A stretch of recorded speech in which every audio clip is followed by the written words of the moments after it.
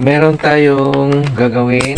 Ibabahagi natin sa inyo kung paano gawin itong isang flat iron na Unitech na may model UT-1688. Okay, ayan yung kanyang model at hindi siya makita dahil masilaw ang ilaw dahil gabi ngayon. Ang problem nung i-plug in ko kanina kasi meron itong coating at siguro na ipatong ito sa yung nylon, so nasunog yung coating, dumikit dito yung nylon na damit na napatungan. So ang ginawa ko ay kiniskis ko at pinakintab. So wala ng coating, pure aluminum na siya. Ngayon nilinisan natin, nilihan natin at okay na. Nung i-plug in ko na siya ay umuusok at sobrang init. So ang ginawa ko, binunot ko kaagad at tiningnan natin. Siya nga pala, ito tinanggal ko na at ito ay sinusungkit lang naman dahil ito may tatlong lock lang naman siya dito na merong lock. Ito oh. So hindi naman natin masungkit dahil nakaganyan naman siya. So hindi natin masilip, kaya ang ginawa ko ay sinungkit ko na lang ng aking tweezer at inangat. So natanggal naman siya at yung lumalagatik na maririnig natin, ito ay meron siyang ito, parang spring. Yan. So yung spring na yan yung lumalagatik pag inikot natin ito kasi meron siyang parang ngipin-ngipin para itong kanyang spring ito ay tumatama dito. Ayan, kaya may naririnig tayo kung ating iikutin. Parang may maririnig tayong tunog na sumasabit, ganyan.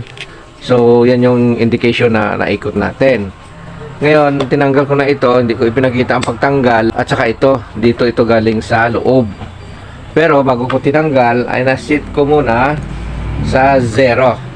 Siya nga pala, bibigyan ko kayo ng kaunting tip. Pag nag-adjust tayo ng flat iron or itong ating plancha, hindi po pwede natin itong adjustin na mainit or na i-plug in natin at uminit and then i-adjust natin. Hindi po pwede yon. Kung napainit natin siya tapos yan, overheat, sobrang init kasi nga full yung settings, kahit naka-off ay hindi nag-off ang plancha lang ito, pero marami ditong hindi pa alam kung paano ito i-adjust kasi maraming mga technician din na nagtatanong sa akin, yung mga, lalo na yung mga baguhan, na bakit daw na kahit i-adjust nila tapos pag malamig ay hindi naman tugma yung settings. Ganito kasi yan, dahil sa aking experience dati, dumaan din ako dyan. So dahil sa aking experience na kung paano natin i-adjust, kaya ko ibinabahagi sa inyo yung aking kaunting kaalaman dito sa aking experience sa pag-ayos ng ating plancha. Kung mainit siya, siyempre yung kanyang thermostat ay malambot siya. Yung pagkaasero niya ay nawawala kung mainit. So kailangan natin siyang palamigin muna bago natin i-adjust. Hindi nyo lang makikita kasi mahirap i-focus natin yung ating camera sa ating cellphone. Ngayon, sasabihin ko na lang sa inyo kasi mahirap dito or hindi natin makita dahil walang plus, yung plus hindi natin mapaandar. Ito, ilawan ko na lang para makita ninyo. Ayan, hindi din makita. Ayun oh, ito, ayan. Sa loob, yung sa gitna, yung makikita nyo dito, meron diyang maliit na slot ng tornilyo or flat or negative type of screwdriver na maliit. Precision tool ang kailangan natin. So, ang adjustment dyan sa gitna ay meron siyang tinutulak-tulak na parang meron siyang porcelain na nagtutulak-tulak. Pag in-adjust natin, lumalapit at lumalayo. So, yan po yung i-adjust natin doon sa loob, sa may gitna dito.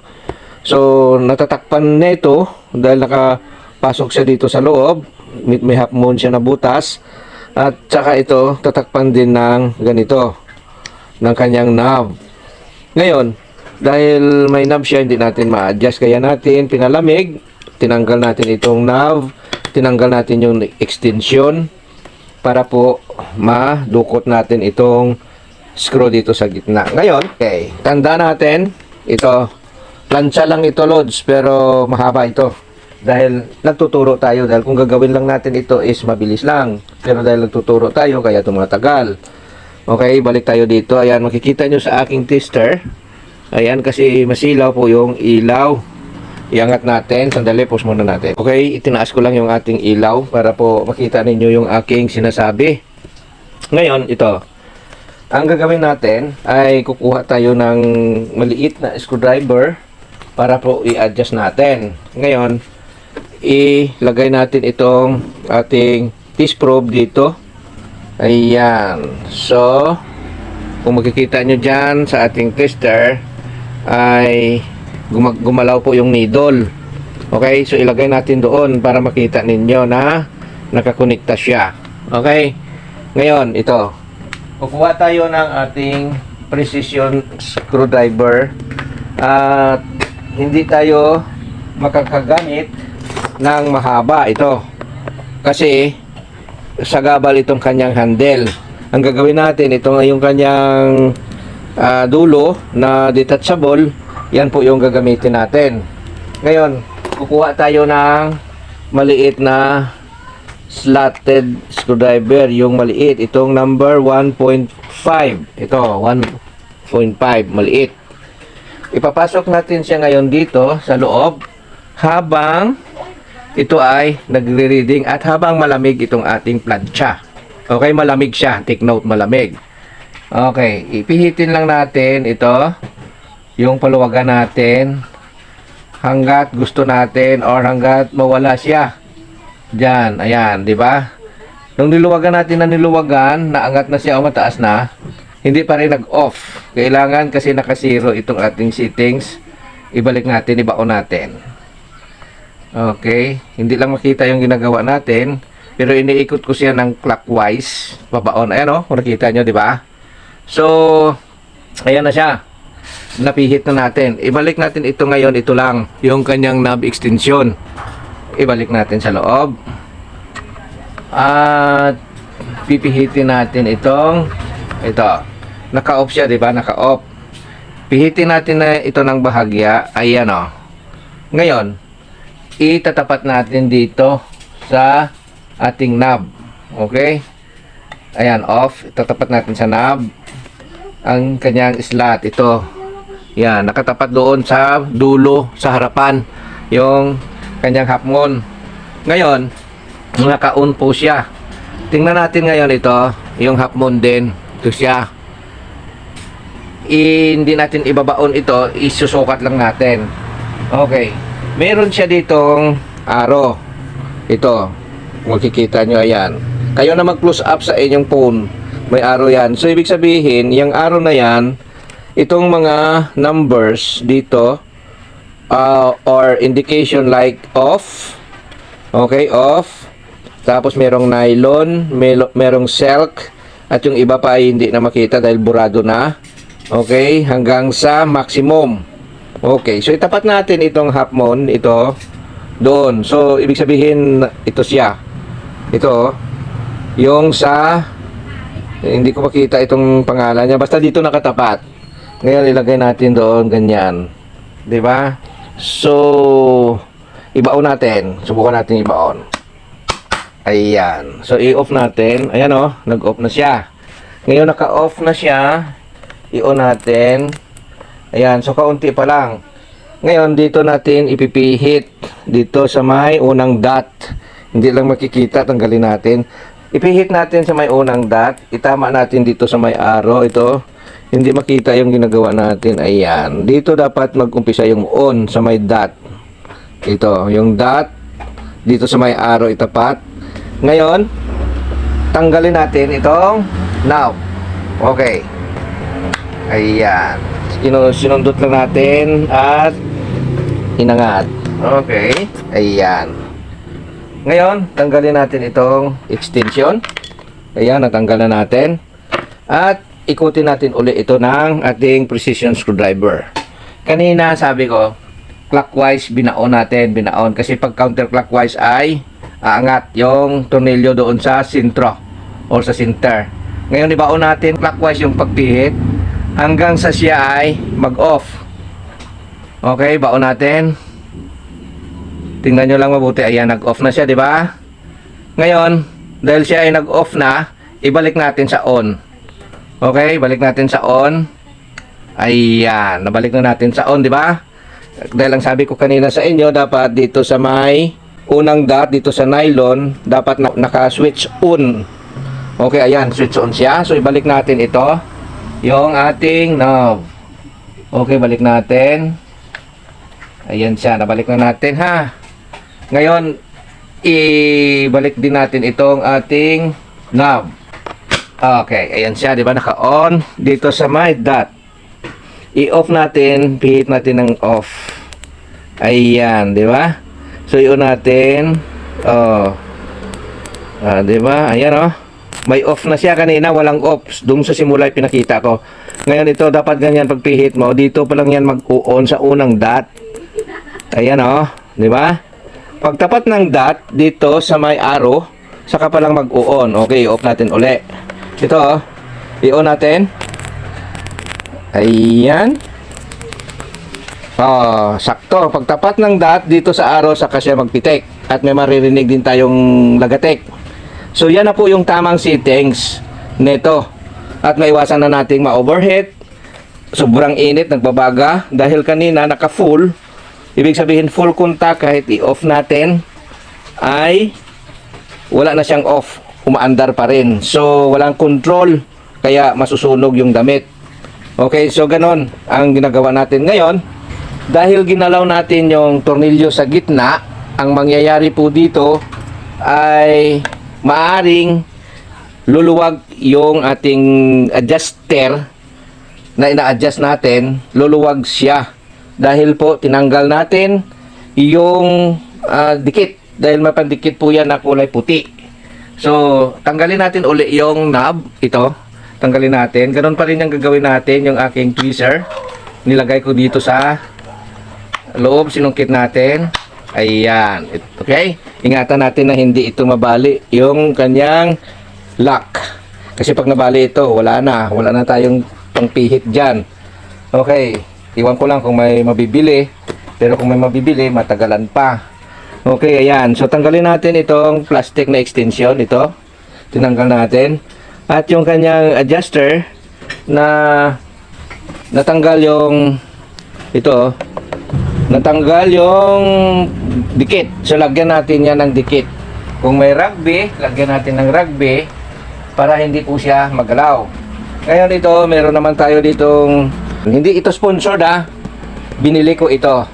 Ngayon, lalagyan natin ng dikit. Dikitan natin.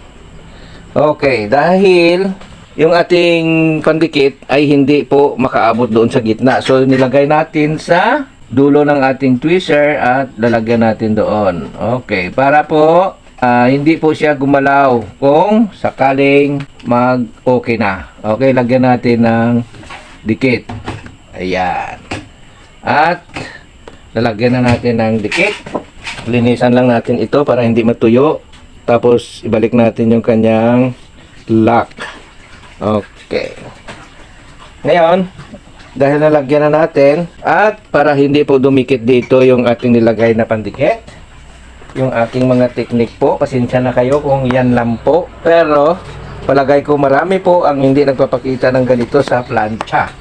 Ngayon, gagamit ako ng another material. Ito po ay hindi sponsored. Gagamit tayo ng lighter fluid. At saka ito ay ating basain ang bulak. At yung aking nilagay na dikit, yung sobra, tanggalin ko po. Ayan. Para hindi po dumikit dito sa ating extension ng knob. Ngayon, dahil nalagay na natin at nalagyan na natin ng dikit, ibalik po natin itong knob. Okay. Ayan, tapos itapat natin itong half moon dito sa half moon din ng knob. At saka sandali, tanggalin natin itong excess na nilagay natin na T7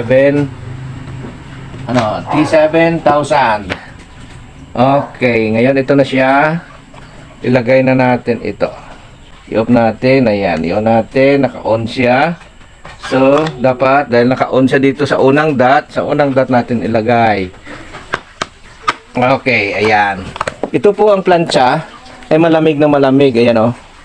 Sobrang lamig kasi pinalamig muna natin bago galawin.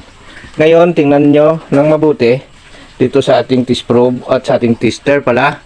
Ayan o. Ipihit na natin ngayon ito. Ayan. Off natin. O, diba may off na siya? At i-on na natin. O, diba? So, may control na yan. Kaya mag-adjust tayo. Malamig na malamig. Yan po pag na-okay na. Yan po ay perfect. Yan po yung aking experience. Okay, so ipantabi na natin ito at yung ibang mga gamit. Ngayon, i-plug in ko na ito dahil umaandar naman siya, kaya lang umuusok. Dahil naka-full or nakadiin ng tudo yung kanyang thermostat, kaya po siya wala ng control dahil kahit na i-off natin na malamig siya, ay hindi po nag-o-off. Naka-steady na lang sa full. So, uusok siyempre. Ngayon, i-off natin, naka-off. Okay? Naka-off siya. At titingnan natin dito yung ilaw. Dito makikita yan. I-plug in natin. Ayan. Naka-plug in na siya. Hindi nyo lang makita yung pag-plug in natin. Pihitin natin yung ating phone. Ito, naka-plug in na. Ayan. Diba? Naka-plug in na siya. Hindi lang makita. Ngayon, itapat natin doon sa plancha. Okay. I-on na po natin siya. Yung ating gumagalaw kasi. Ayan o. I-on na natin. Pihitin natin. Para makita ninyo. Ayan. Ipihitin natin ng clockwise. Dandahan lang. Kung makikita nyo dyan o. Ayan o. Hindi pa umiilaw. Napihit na natin. Tatahimik po ako. Para marinig nyo na lumagatik na. Ayan. Diba? So ayan o. Nylon. Tapos yung dot nakatapat sa arrow. Okay, nakatapat sa arrow. At kusa siyang nag-off saglit lang, di ba? Tapos kapain natin. Ayan o, mainit na siya. At yan po ay hindi uusok. Bakit? Bakit nasabi kong hindi siya uusok? Kasi nagkusa na siyang mag-off. Sa ganong init lang. Okay? So nakokontrol na niya. Dagdagan natin ngayon. Ayan, di ba? Hintayin natin na mag-off. Ayan, di ba? Saglit lang. So, hindi siya uusok dahil saglit siyang mag-o-off sa tamang init na kailangan ayon dito sa kanyang settings. Ngayon, dagdagan natin uli. Ayan, o, di ba? So, hindi na umuusok. Kanina, ang lakas, umuusok. Kasi umuusok siya dahil hindi nakukontrol. Ngayon, okay na itong plancha natin. Naituro ko na ng buong buo kung paano i-adjust, kung ano ang gagawin, at kung paano iingatan. Ngayon, ay yung naaamoy ko, yan po yung amoy ng aluminum na umiinit. Kasi siyempre may init siya. Pag bumabaga siya, may maaamoy tayo na amoy na susunog na bakal. Kaya siya may amoy, pero hindi na umuusok. Hintayin natin na mag-automatic kung siya ay iilaw ng kusa na hindi ginagalaw. Ito yung aking kamay. Medyo matagal yan kasi palamigin pa po niya itong plate para po yung kanyang thermostat makabalik sa katigasan niya para mag-close uli yung ating thermostats. Ngayon, dahil matagal, ipinapakita ko lang dito yung automatic na mag-off. Okay? Kasi dinagdagan ko. Ibig sabihin, tinataasan ko yung kanyang init. Kusa siyang nag-off. Ngayon, i-on naman natin. Ayan. So, mataas na siya. Hindi ba? Oh, nag-off na naman. So, hindi na siya uusok. Kasi, nakokontrol na. Ngayon, kukuha tayo ng pampalamig. Kasi nga, gusto natin makabalik itong kanyang automatic. Medyo matatagalan tayo sa paghintay. Kasi nga mainit siya. Hihintayin niyang lumamig ang kanyang plate bago iilaw yung kanyang power indicator. So, gagawa tayo ng paraan. Hindi natin tatanggalin sa plug or sa outlet. Hihintayin natin na mag-automatic.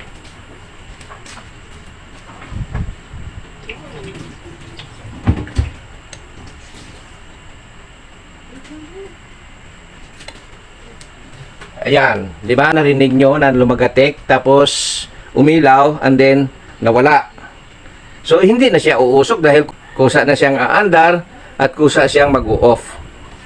Ngayon, para mabilis tayo, palamigin natin gamit ang mabasang towel.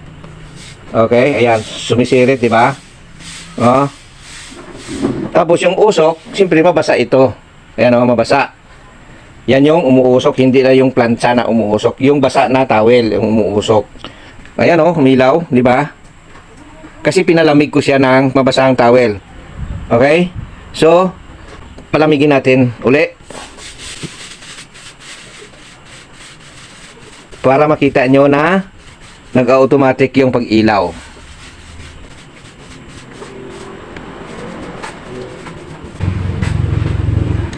Oh, di ba? Ayan oh, umilaw siya. So automatic na siya nag-on. Hindi lang makita, ayan oh. Hindi pala makita yung kanina. Ayan, nag-off na siya. Okay, so ano natin, babaan natin yung init para mabilis tayo. Okay? Ayan. Bawasan natin. Tapos palamigin natin gamit yung mabasang towel. Tingnan natin ngayon kung nag-automatic nga siya. Kasi kanina hindi nyo nakita. Naririnig nyo lang yung kanyang lagatik. Okay? Tingnan natin ngayon kung mag-automatic na siya, kung malamig na. At ang dumi ng niliha ko kanina, nandito na siya. Di ba? At lalagyan natin dito, hingi tayo ng kandila. Dahil pagkatapos natin, kasi kiniskis na natin yung kanyang coating. Dahil coated po yung plate na iyan. Kaya natanggal na natin yung kanyang coating dahil may nasunog at dumikit doon sa coating. So, nilinis natin.